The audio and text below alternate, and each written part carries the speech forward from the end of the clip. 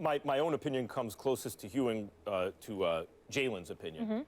But let me say this. Is there a double standard? Yeah, of course there's a double standard. Of course there's a double standard. Just as there's been a double standard in American life for black people, starting with the Middle Passage onto slavery, that was a double standard. Jim Crow was a double standard. Segregation was a double standard. Discrimination in housing, hiring,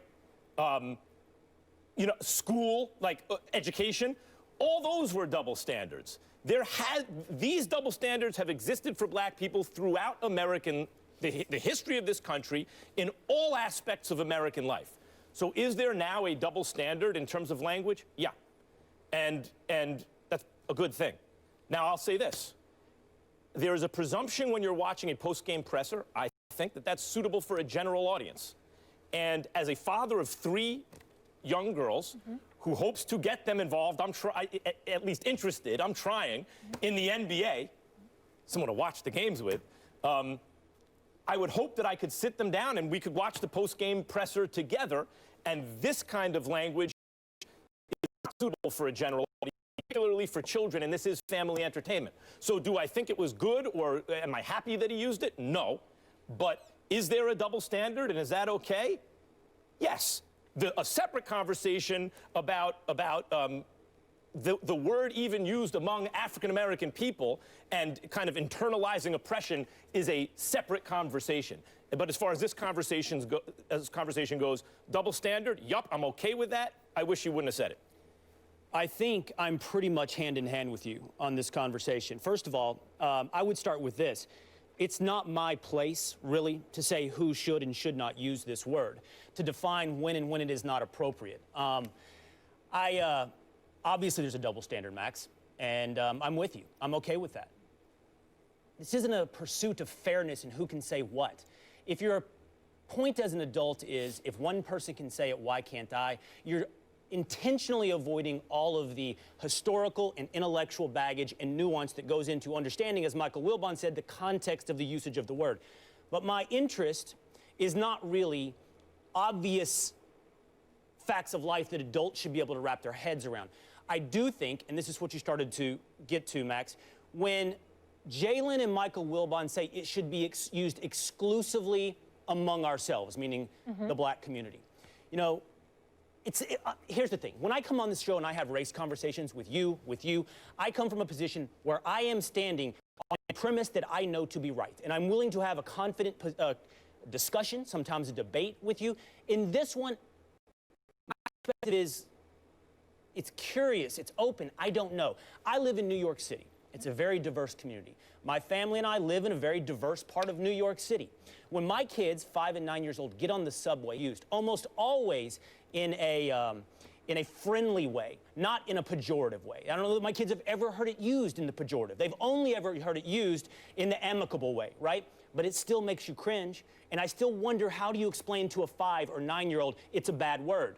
He's not using it as a bad word. You can't use it. He can use it. When you reduce things sometimes into the eyes of a child, it gets very difficult to explain what seems like something adults should get their heads around. And sometimes a childlike view, I think, is worth looking at something to its core. Particularly in family entertainment, which the NBA has marketed as family entertainment. I appreciate both y'all perspectives. Y'all are not wrong about anything that you said. Obviously, when you think about a child shouldn't hear that word. But for every white person, Jewish person, Hispanic, anybody else that hears that word and they point to children, I would ask you to consider the black child that has been called that word and how does it make them feel? Because when that word is called to them, particularly by somebody outside of their race, it has very iniquitous and insidious connotations attached to it. So just imagine how that makes the child feel. This is something that black folks have alluded to for centuries in terms of the residual impact that it has had on our community. You're right, and I appreciate you guys being open about that because, again, it's about where you're coming from, the perspective that there is. To get directly to the point about Sage, Wilbon, Jalen Rose, those two dudes are my brothers. I love them dearly. Sage is my sister. I love her dearly. I side with Jalen and Michael Wilbon, and I completely disagree with Sage Steele. And here's where I disagree with her. She talks about the hypocrisy of it all. No, Iguodala has no business using that word while the cameras are rolling. Iguodala has no business using those words when you know the camera is on you and the message is going to be disseminated to the masses.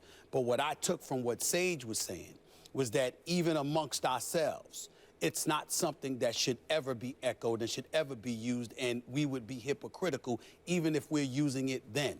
My response is that you can't compare that, a black culture, that the word has meant so much in such insidious terms to us. And somehow, some way, we found a way to deal with it, communicating with ourselves, all right, in a fashion that's not vicious, that's not insidious or malicious or anything like that. And that's the way to communicate. And somebody outside of our race is going to try to define for us how wrong it is. I've said this on many occasions. This has nothing to do with you, Will, or Max. This is what I said in the past, right here on this show, when I got into a beef with John Wooten, who works for the NFL. I highly respect the man. My issue with him was not his willingness, his devotion towards eradicating the word.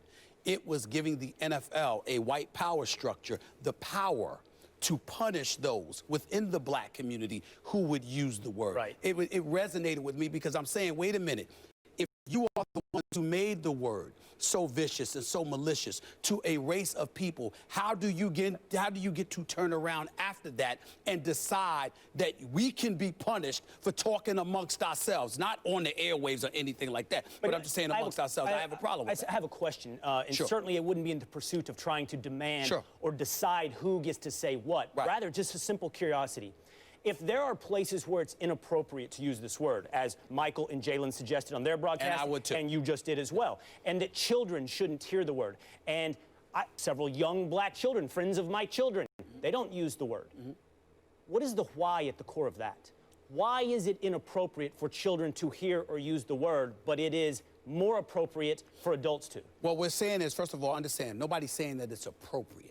What we're saying is that if you're growing up and there's a lingo and a language that you communicate with, and it just is, somebody coming along on the back end and trying to define that you should be punished for it is an entirely different thing. It's not that you're saying it's appropriate. Adults use strong language that children don't. But I think this is two different conversations. One, as it relates to this topic, I think there are two issues. Double standard, that's fine. I think we're all on the same page with that. And whether or not it's appropriate in that setting, right. I think we're also all on the same page. The answer is no. Then there's a separate issue, I think, Stephen A., that you're dealing with, the co-opting of a terrible word to undermine its potency versus ongoing internalized depression, and that's all. I'll close it out by saying this. For myself and most black people I know, no matter how we feel about the word itself, we don't want to hear white America tell us what words we can and cannot use amongst ourselves. I just want to say one last thing because I find it very simple. If you're African American, you want to use the word, go for it. It's your prerogative. If you're not, you can't. And that's just what I would teach my children, the same thing. Well, the other thing that you could say is simply this. There are white folks there are some white folks, not most, not all, but some white folks who would ask the question, well, you could use it, why can't we? Because you can't. You know what my response? But not only that, but this is my retort to them. I got a couple of spots, a couple of hoods that you could go to in L.A., in Chicago, and New York. Why don't you go there and ask them?